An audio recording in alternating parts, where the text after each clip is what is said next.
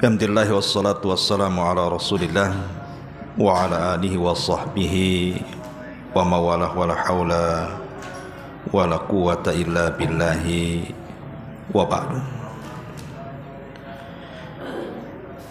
Hadirin dan hadirat yang dimuliakan Allah Subhanahu wa taala,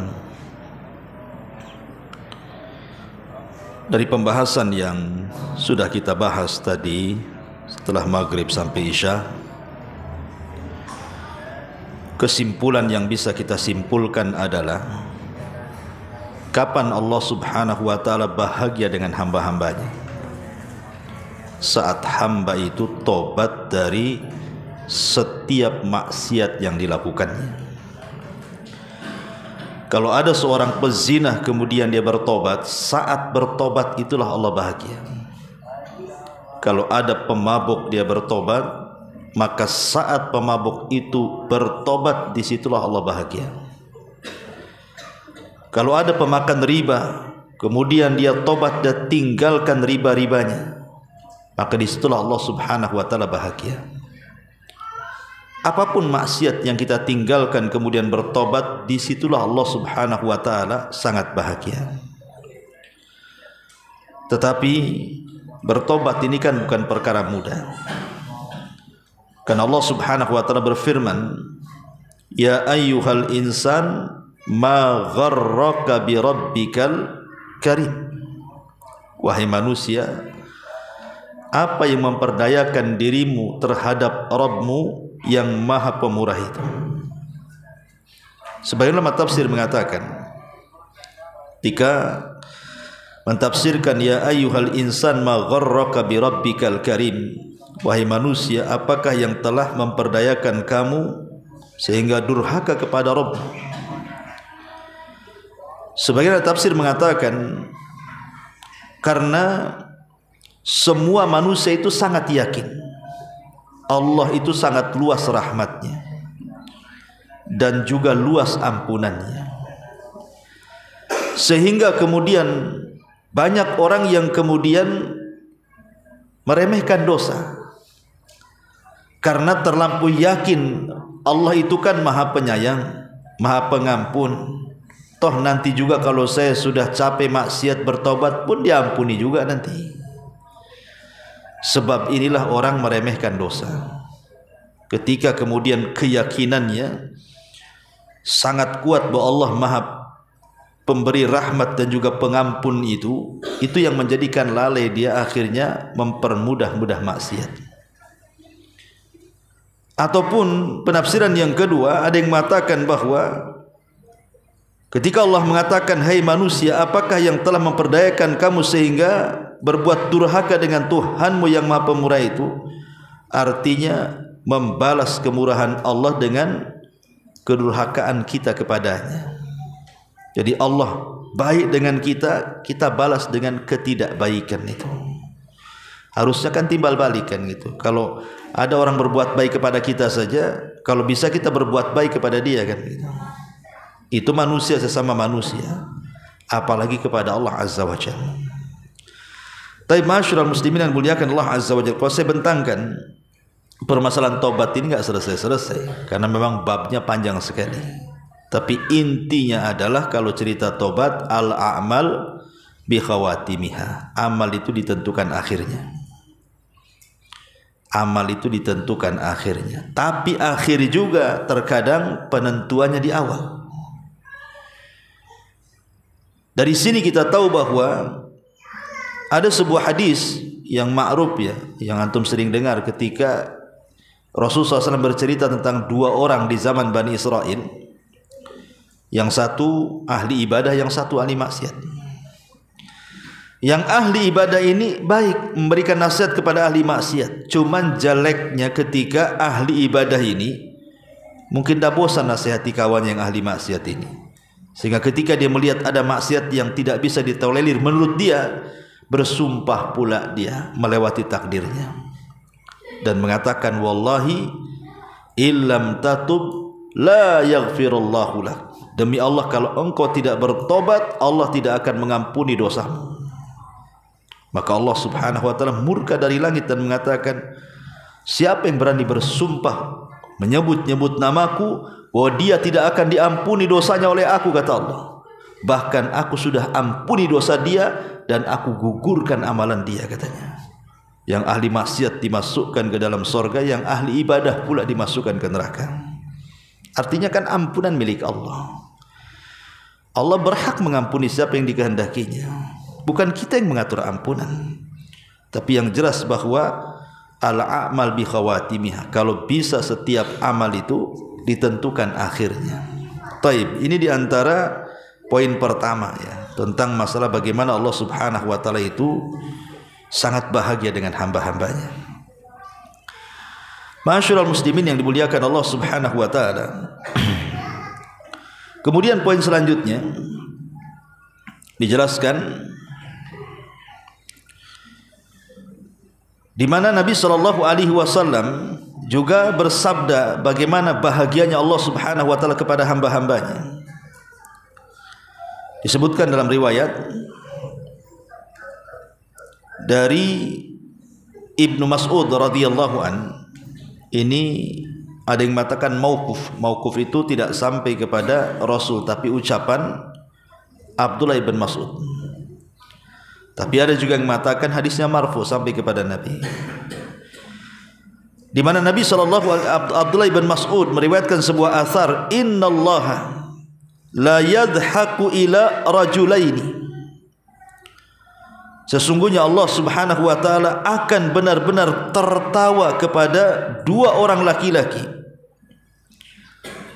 Kemudian beliau mengatakan, yang pertama, rajulun qama fi lailatin baridatin min firashihi wa lihafihi wa disarihi fatawadda'a thumma qama ila salati fayaqulu Allahu azza wa jalla li malaikatihi ma hamala abdi hadza ala ma sana.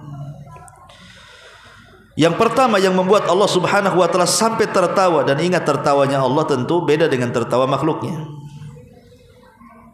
Tapi di sini ahli sunnah wal jamaah menetapkan sifat tertawa bagi Allah Subhanahu wa taala. Tentu tertawa sesuai dengan keagungan dan kemuliaan Allah. Laisa kamitslihi syai'un wa huwas samiul basir. Lah, ketika Allah Subhanahu wa taala tertawa menunjukkan apa? Bahagia. Karena di antara ekspresi orang bahagia kan tertawa.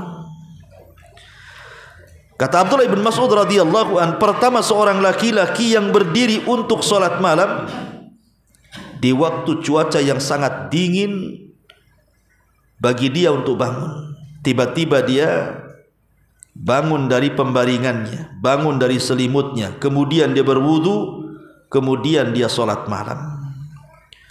Maka Allah berkata kepada para malaikat, apa yang memotivasi hambaku ini melakukan hal tersebut? Dingin-dingin, harusnya tidur ngorok, malah bangun salat malam pula. Apa yang dikehendaki dia?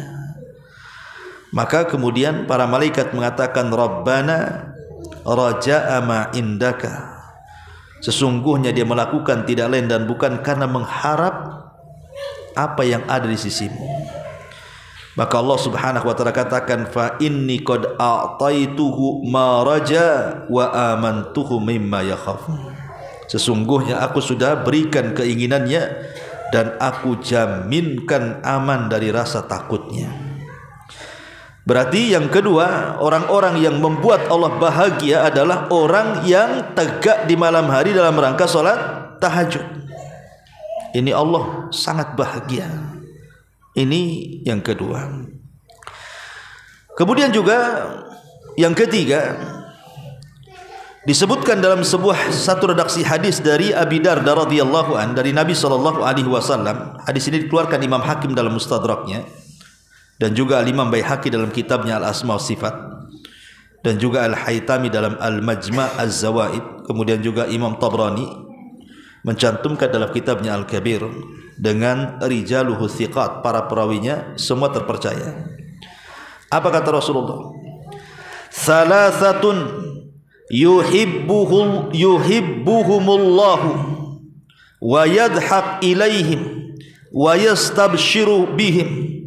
3 orang Allah sangat mencintai mereka, Allah tertawa karena mereka, dan Allah bahagia karena mereka. Siapa tiga orang ini? Kata Nabi SAW, alladzi idzan kasyafat fi'atun qatala wara'aha binafsihi lillahi azza wa jalla fa imma an yuqtal wa imma an yansurahu Allah ta'ala wa yakfiyahu fayaqulu ungduru ila abdi hadza kaifa sabara li binafsihi. Yang pertama, seorang laki-laki ketika diutus dalam medan pertempuran, di hadapannya ada musuh besar, perang, dia tembus musuh itu dan dia berjihad, betul-betul berjihad. Boleh jadi dia bisa terbunuh mati syahid, atau mungkin ditolong Allah azza wa jalla. Maka Allah subhanahu wa ta'ala berfirman kepada para malaikatnya, lihat orang itu, kok dia bisa sabar karena aku, katanya. Maka aku bahagia dan tertawa serta senang melihatnya, kata Allah. Kemudian juga yang kedua, walladzi lahu imra'atun hasanatun wa firashun layyinun hasanun fayaqumu minal laili fayaqulu yadharu syahwatahu wa yadhkuruni walau sya'a raqad. Yang kedua, antum punya istri cantik secantik-cantiknya, apalagi baru menikah. Tiba-tiba tengah malam antum tidak menemani istri antum di tempat tidurnya. Antum lebih memilih bangun, ambil wudu, kemudian tahajud. Padahal kalau dia mau, dia bisa bersenang-senang dengan istrinya, tapi dia gunakan malam itu untuk tahajud. Maka Allah subhanahu wa ta'ala katakan kepada para malaikat, coba lihat orang itu, katanya. Dia bisa meninggalkan syahwatnya. Kalau dia mau, dia bisa tidur, tapi dia malah berdiri tengah malam. Aku senang dengan dia, aku tertawa kepada dia, dan aku bahagia, katanya. Kemudian yang ketiga, dalam satu redaksi hadis ini, walladzi idza kana fi safarin wa kana ma'ahu rakbun fasaharu thumma haja'u faqama minas sahari fi dharra'i was-sarra. Seorang laki-laki yang melakukan perjalanan safar bersama teman-temannya. Mungkin safar dulu kan lain dengan safar sekarang, kan pakai kendaraan unta jauh gitu ya kalau safar itu kan. Apalagi safar haji umroh itu kan bisa berbulan-bulan, bertahun-tahun kalau zaman dulu tuh. Kata Nabi SAW, kemudian yang ketiga orang yang safar. Kemudian salah satu di antara mereka ketika lelah letih harusnya istirahat, maka di malam hari atau di siang hari dia gunakan lelahnya untuk sholat sunnah, untuk beribadah kepada Allah. Di saat manusia lelah letih kemudian tertidur, tidak, justru di waktu lelahnya dia beribadah kepada Allah. Maka Allah subhanahu wa ta'ala katakan kepada malaikat, lihat tuh orang itu, katanya, bagaimana dia bisa meninggalkan lelahnya karena aku, katanya. Maka aku senang, aku tertawa, dan aku bahagia dengan hamba itu. Nah, inilah orang-orang yang membuat Allah bahagia dan senang. Ya, berarti kalau dikumpulkan sudah ada 4 orang di sini ya. Orang yang bangun tengah malam tahajud di waktu cuaca dingin gitu ya. Kemudian yang kedua, orang yang berperang karena Allah subhanahu wa ta'ala. Kemudian yang ketiga, orang yang punya istri cantik, lebih memilih tahajud.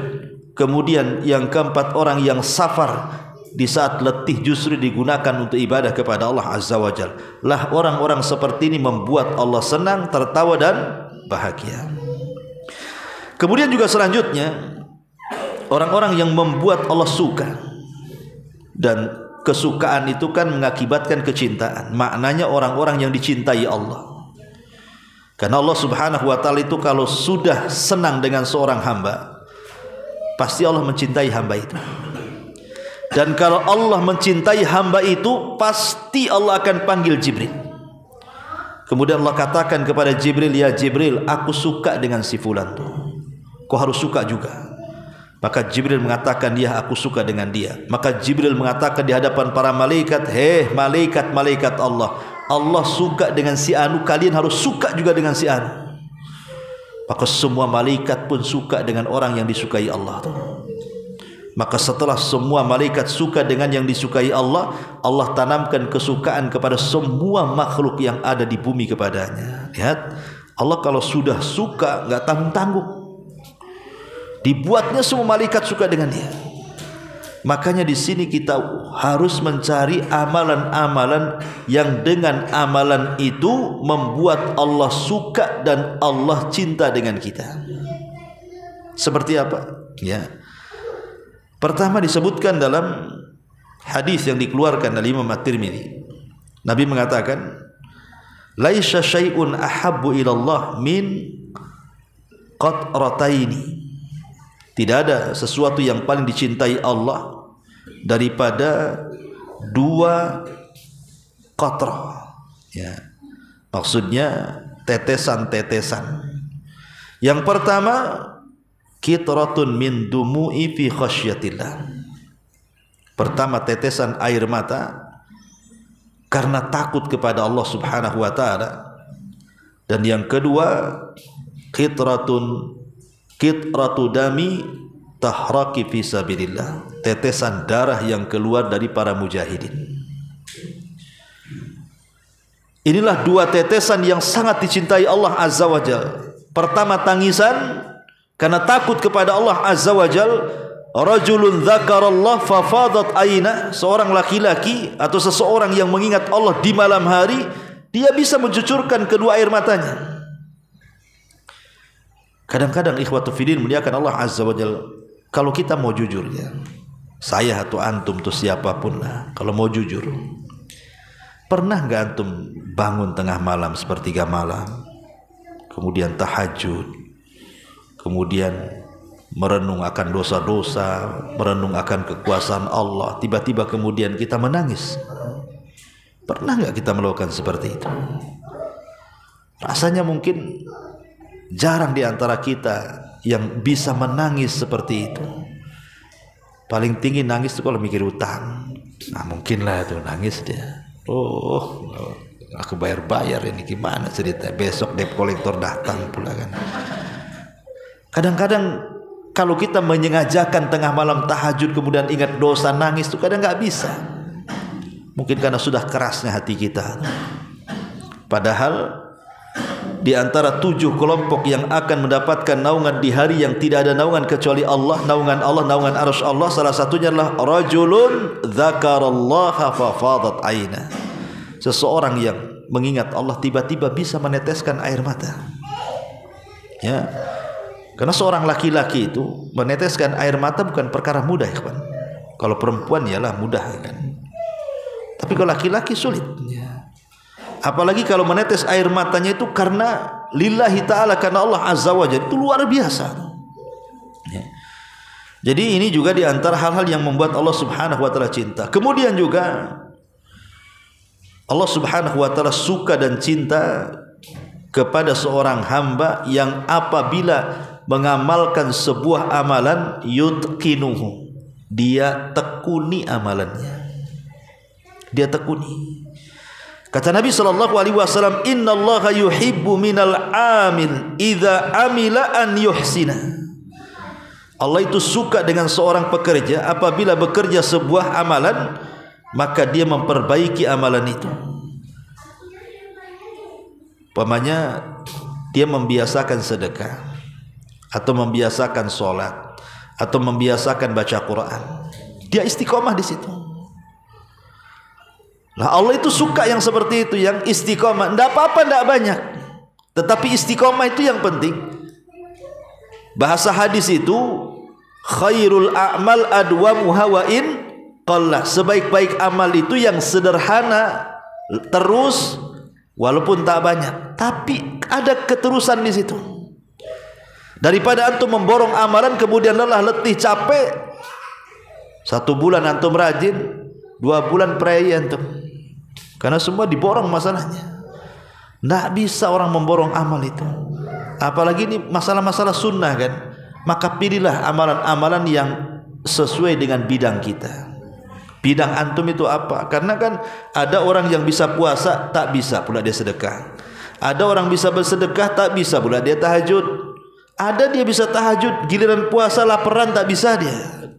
Kan orang kan ada bidangnya masing-masing tuh. Di bidangnya itulah tekuni. Allah suka kalau menekuni seperti itu. Kemudian juga hal-hal yang Allah suka nih adalah ar-radhi bil bala. Ketika Allah Subhanahu wa taala berikan ujian, dia bisa redha. Dan redha di atas bala ujian itu bukan perkara mudah. Makanya kenapa balasannya juga Allah menanamkan kecintaan kepada hamba tersebut. Karena apabila Allah Subhanahu wa taala hendak mencintai seorang hamba, maka pasti Allah akan uji kecintaannya. Innallaha idza ahabba 'abdan ibtalahu, kata Allah. Allah kalau mencintai seorang hamba sengaja Allah uji itu. Kemudian Allah katakan, Rasul katakan, faman radiya falahur ridha wa man sakhita falahu sukhtu. Siapa yang redha dengan ujian maka Allah akan senang dengan dia, tapi siapa yang murka dengan ujian Allah juga murka kepadanya. Maka orang-orang yang bisa sabar, orang-orang yang bisa redha dengan ujian itu, maka itu jalan menuju kesenangan Allah Azza wa Jalla kepada hambanya, kecintaan Allah kepada hambanya. Dan kalau kita ingin memudahkan ini ya, memudahkan supaya kita menghadapi ujian itu ringan, bagaimana caranya? Ya, maka lihatlah sirah para ulama salaf, ikhwan. Atau paling tinggilah sirah Nabi kita Muhammad sallallahu alaihi wasallam. Saya tanya kepada antum, apa yang tidak ada pada Nabi dari musibah yang Allah berikan kepada kita? Semua ada. Sebutkan musibah antum apa? Semua ada pada Nabi. Kalau ada orang menangis gara-gara anaknya meninggal, anak-anak Nabi meninggal lebih banyak daripada anak-anak kita lagi. Semua anak-anaknya meninggal, Nabi masih hidup, kecuali Fatimah saja. Kalau umpamanya kita menangis karena kemiskinan, Rasul jadi penggembala kambing, ikhwan. Alal qararit disebutkan itu, hanya mengambil upah kecil dari orang-orang yang punya kambing, miskin hidupnya. Apalagi kalau antum kita sedih umpamanya berdakwah dijelek-jelekin orang, dihina orang, ndak sampai ke level Nabi yang dikatakan penyihir. Antum kalau dituduh dukun marah nggak antum? Dukun, aneh ini memberantas dukun kok dibilang dukun. Itulah Nabi. Nabi dibilang dukun. Kalau antum dituduh dukun pasti antum ngeles kan, enak aja, saya bukan dukun. Yang dukun tuh yang di sono tuh, yang di pojok tuh katanya. Gitu ya. Ya. Jadi Nabi lo dibilang dukun, dibilang tukang tenun, pemecah belah, macam-macam lah. Bukannya itu diludahi ya pernah. Coba bayangkan, ditanam duri di tempat jalan dia ya pernah, dilempari batu ya pernah. Kalau antum di posisi Nabi ketika berdakwah seperti itu, 100% resign antum jadi pendakwah. Malas jadi pendakwah ini katanya. Baru ke sana dilempar batu jeduk kena kepala. Udahlah, pindah tempat lain gitu lagi. Bagus jadi tukang cincau aja lah katanya. Karena apa coba yang enggak ada pada Nabi coba? Makanya kalau kita kena musibah itu, cobalah bandingkan musibah kita dengan Nabi itu.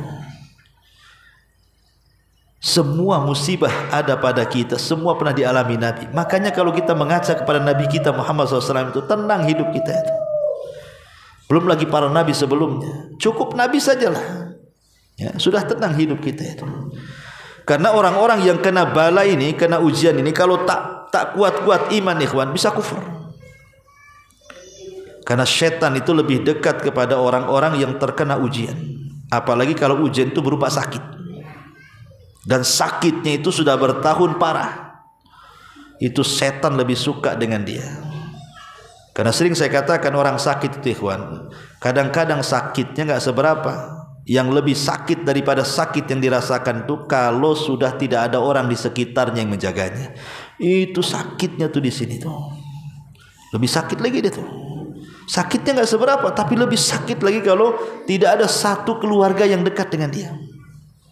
Paling ujung-ujungnya ya istrinya atau suaminya atau anaknya Ya kalau anaknya baik, kalau durhaka, oh makin didoakan cepat mati bapaknya tuh. Ya kalau istrinya baik, kalau enggak minta cerai kawin lagi. Ya, memang begitu ujiannya. Makanya dalam kondisi seperti ini banyak orang sakit itu biasanya minta mati. Kebanyakan minta mati itu. Ya Allah, matikan saja saya, wafatkan saya saja Rabb, daripada nyusahin orang. Bagus saya mati. Ya. Tapi Rasul sallallahu alaihi wasallam melarang, tidak boleh. Kata Rasul, la yatamayyana ahadukumul maut. Jangan kalian berangan-angan ingin mati. Kenapa? Ya boleh jadi kalau seandainya Allah panjangkan umurmu, maka engkau bisa menambah amalanmu. Tetapi kalau engkau banyak dosa kemudian dipanjangkan umurmu, adalah kesempatan tobat di situ. Maka jangan boleh. Kalaupun pengen, kata Rasul, wa in kana walabud, kalau memang harus berangan-angan kematian, maka berdoalah kepada Allah, ya Allah kalau kematianku lebih baik ya sudahlah wafatkan saja. Tapi kalau kehidupanku lebih baik cepat sembuhkan. Kalaupun harus gitu ya, seseorang itu berangan-angan kematian, maka berdoa seperti itu.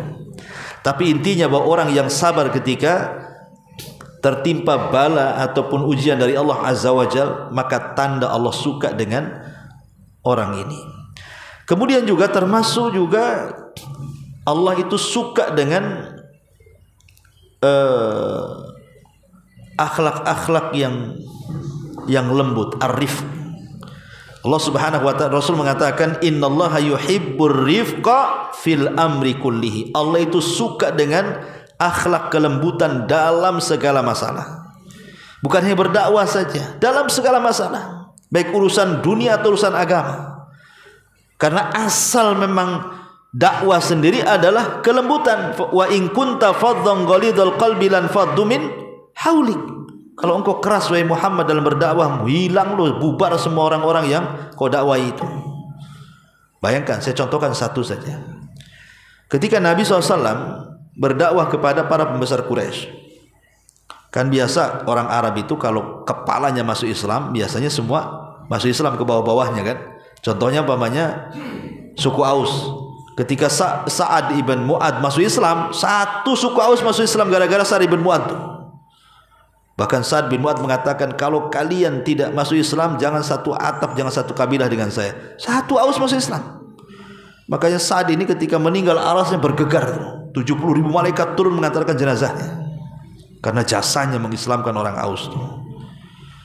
Makanya Nabi SAW ketika berdakwah kepada para pembesar itu, kalau dia kayak Abu Jahal, kalau seandainya Allah takdirkan masuk Islam, atau Umayyah kalau Allah takdirkan masuk Islam, mungkin dalam pikiran Nabi nanti bawah-bawahnya orang-orang Quraisy itu mau masuk Islam. Ketika dia sedang asik, datanglah orang buta, Abdullah ibn Umi Maktum. Ini Abdullah ibn Maktum tuh jelas-jelas ingin masuk Islam loh. Dia nggak perlu didakwahi lagi, memang ingin datang masuk Islam, nggak perlu diceramai lagi. Sementara di pembesar-pembesar Quraisy ini, dia diceramai dulu, belum tentu habis ceramah itu bisa terima atau bisa tidak kan gitu. Namanya belum tentu. Lah yang sudah tentu-tentu malah kemudian oleh Nabi SAW dibuat masam mukanya dan berpaling. Kayaknya nggak suka gitu. Saya kan lagi ada acara dengan para pembesar, janganlah ganggu, nanti aja nih bahasanya seperti itu. Jadi agak masam lah muka Nabi itu. Kemudian berpaling. Turunlah surah Abasa. Abasa wa tawalla anja'ahul a'ma. Rasul bermuka masam berpaling ketika datang orang buta. Lihat, Rasul itu tidak ngomong, hanya mukanya aja masam. Tapi ini sudah tidak lembut lagi kan. Ketika tidak lembut, Allah turunkan surah Abasa ya. Makanya kelembutan luar biasa. Makanya ketika kemudian Abdullah ibn Umi Maktum sudah masuk Islam, Rasul senang apabila Abdullah ibn Maktum datang ke rumah dia. Apa kata Rasul? Marhaban biman atabani Rabbi, gitu. Selamat datang, gara-gara kamu aku ditegur Allah, katanya. Rasul itu, gara-gara kamu aku ditegur Allah, katanya. Selamat datang, katanya. Rasul senang dengan Abdullah ibn Maktum. Makanya kalau safar berjihad, yang memimpin kota Madinah itu diserahkan kepada Ibnu Maktum, karena dia buta masalahnya. Tapi luar biasa, akhir hidupnya pun dia jihad. Walaupun buta, dia mati di perang Qadisiyah bersama Umar. Dia pegang bendera, mati syahid ya. Abdullah ibn Ummi Maktum. Tapi syahidnya di sini bahwa kelembutan itu penting, karena kelembutan itu akan menghiasi segalanya, dan itu Allah suka dengan ar-rifqu. Kemudian juga Allah suka dengan yuhibbullahu ar-rajul as-samha. Allah itu suka dengan orang-orang yang memudahkan urusan. Memudahkan urusan seperti contoh namanya Nabi mengatakan, rahimallahu rajulan samhan idza ba'a wa samhan idza ishtara wa samhan idza qada wa samhan idza iqtada. Semoga Allah merahmati orang yang mudah saat menjadi penjual, mudah saat menjadi pembeli, mudah saat meminjam hutang, dan mudah saat memberi kembali hutang. Jadi Nabi SAW mencontohkan, ya, jangan kita ini mempersulit dalam jual beli, gitu maksudnya. Karena banyak orang yang mempersulit jual beli itu. Kalau laki-laki, bapak-bapak insya Allah nggak ada yang mempersulit jual beli kan. Modelnya datang ke pasar, nawar berapa, 5.000, kresekin. Itu kalau bapak-bapak tuh nggak ada pilih-pilih, ya langsung masukkan ke karung, bawa balik. Kalau mama mana mau kayak gitu, dicek satu-satu buahnya tuh. Udah sompel sedikit apa, ini keluarin. Gak enak itu, pokoknya mama kayak gitu. Makanya nggak ada bapak-bapak yang mau ngantar emak-emak ke pasar itu, paling sampai parkir aja, masuk sendiri. Capek kalau bawa ibu-ibu ke dalam pasar kan. Kadang-kadang yang ditulis tak dibeli, yang tak ditulis pula itu yang diborong. Ya. Makanya kenapa jangan mempersulit kalau jadi penjual, jangan mempersulit kalau jadi pembeli. Contohnya apa? Pamannya kita ke pasar beli kangkung 1 ikat, beli bayam 1 ikat, beli apa 1 ikat kan itu. Anggaplah semuanya di total 50.000. 50.000. Biar senang dengan penjualnya, kasihlah sedikit. Kasih 55. Yang 50.000 harga sayurannya, yang 5.000 sedekah sirnya. Itu namanya sedekatus sir. Dilebihkan. Ya. Jangan pula harganya 49.000, uangnya 50. Berarti kan kembalian 1.000 tuh. Ditunggu yang 1.000 tuh. Nggak mau pergi dia. Mana kembaliannya? Nggak ada.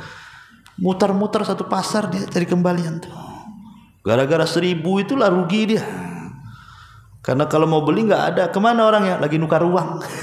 Gara-gara 1.000 coba. Mana samhannya, memudah-mudahkannya mana? Kalau 1.000 perak udahlah, ambil aja. Itu sedekah juga, sedekatus sir namanya. Itu kalau jadi pembeli. Kalau jadi penjual juga gitu. Pamannya antum jualan buah-buahan, beli bang 1 kilo, takar 1 kilo. Waktu pembelinya lagi meleng, nggak tahu, antum masukkan sedikit, berarti 1 kilo satuan. Dia nggak tahu padahal itu namanya sedekatus sir. Ya. Karena orang membeli buah-buahan tidak mungkin pula dikilo lagi di rumahnya kan. Kalau dikilo lagi di rumahnya, dia orang jujur pasti dibalikin satuannya tuh. Rata-rata nggak ada orang beli buah-buahan pulang makan kan gitu. Lagi meleng nih pembelinya, cepat antum masukkan. Ini enggak, bukan dimasukkan, diambil. Ya, lah ini kan repot, ngurangi 1 on lagi. Jadi ini masuknya ke tatfif, itu disebut samhan, memudah-mudahkan. Allah suka dengan yang memudah-mudahkan seperti ini. Dalam urusan apapun. Dalam urusan apapun dimudahkan. Bahkan Allah mengatakan fanadhiratun ila maisaratin, dalam hal hutang piutang. Memang itu uang kita.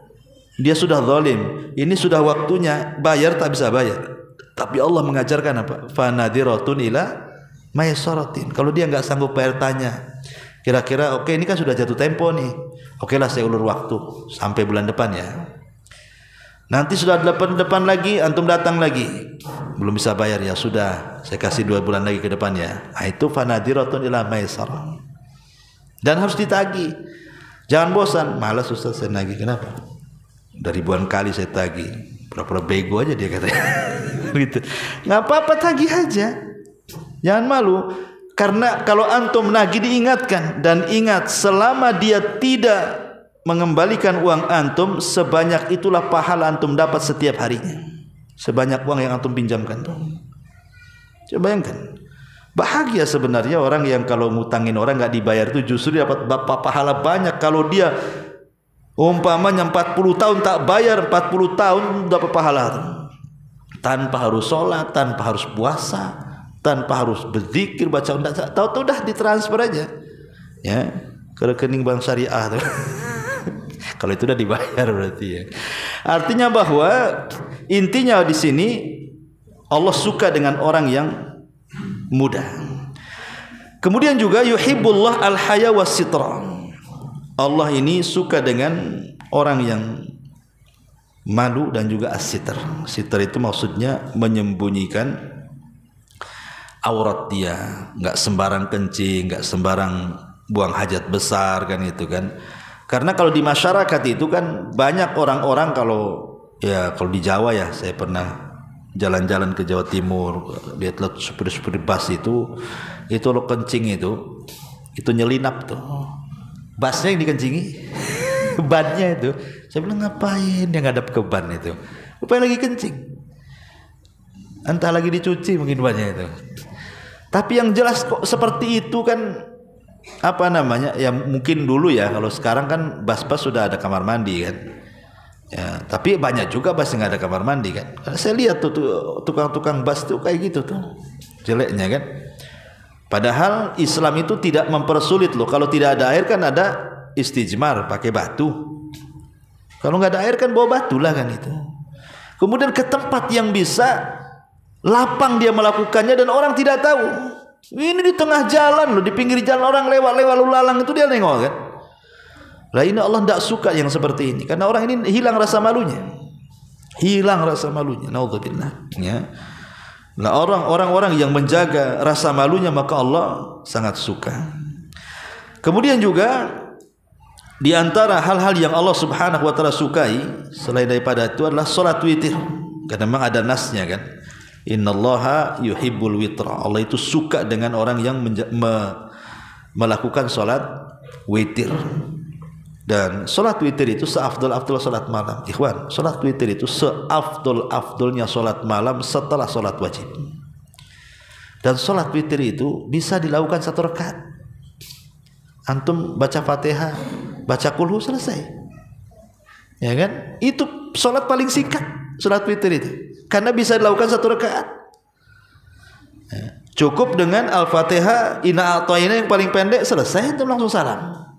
Tapi walaupun itu sependek-pendeknya sholat, sebaik-baiknya sholat, jarang kita lakukan sholat witir itu. Padahal witir itu kan bisa dilakukan setelah isya.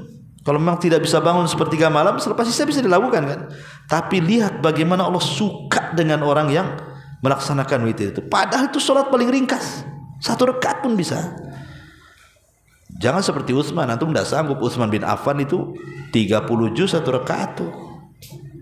Allahu Akbar. Qul a'udzu birabbin nas, selesai. Antum ambil qul a'udzu birabbin nasnya aja. Al-Baqarah ditinggal. Utsman bin Affan dari Al-Baqarah sampai qul a'udzu birabbin itu terkenal. Dia menghatamkan Quran dalam 1 witir. Luar biasa. Ya, karena Allah suka dengan yang witir itu. Termasuk Allah itu suka dengan yuhibbut taqiyal ghaniyal khafi. Orang yang kaya, bertakwa tapi kalau sedekah sembunyi-sembunyi. Karena rata-rata biasanya orang kaya itu jalan bertakwa, apalagi jalan sedekah. Sedekahnya itu harus ada kamera di belakangnya. Ya. Antum lihatlah di YouTube tuh, kan ada namanya buat konten kadang-kadang kan ngeprank tukang cilok dikasih 10 juta. Nah, akhirnya kan jadi tahu kan karena kameranya ngikut dari belakang. Ya, coba jangan ada kamera. Bisa enggak dia ngasih tukang cilok 10 juta? Kayaknya berat kan gitu. Disitulah diuji keikhlasannya kan. Coba orang-orang yang suka buat konten-konten sedekah itu jangan disoting. Betul-betul sedekah seperti yang Anda syuting itu. Saya enggak yakin itu mereka bisa lakukan.